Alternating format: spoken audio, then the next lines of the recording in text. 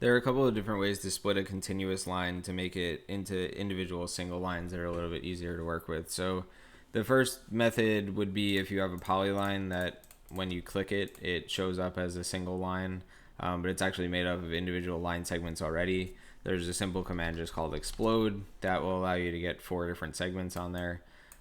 If you have a curve that's actually registering as a single curve, but when you type explode, it comes up here and says cannot explode single curve segments, then you have a couple of different methods that you can use to break this up into individual curves. So the first would be we can do a divide, and that's going to ask us for number of segments. Then it could also go by basically length of the segments, and then you can tell it to automatically split or not, mark ends yes. So if we just divide this into, let's say, 5 and then enter, it'll split this into 5 pieces. So you can see that it's adding 5 points along this line.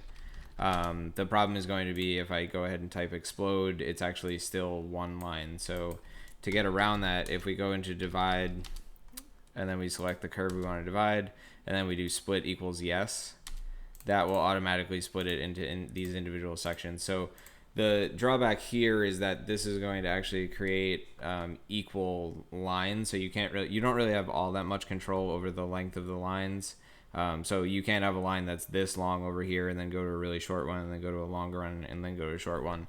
They either all have to be the same length, or you're just dividing by the simple number of points and it goes evenly across the length of that line.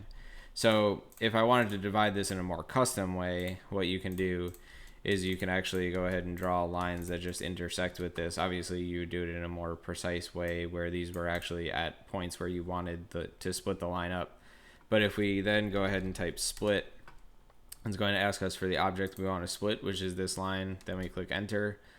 Select our cutting objects are going to be these 3 lines, and then you can see we actually split up that line by where the intersections happen with those other lines into individual pieces that should be a little bit easier to work with. So those are 3 different methods that you can use. Obviously, they all depend on the strategy that you're trying to use, but also the initial curve that you start out with.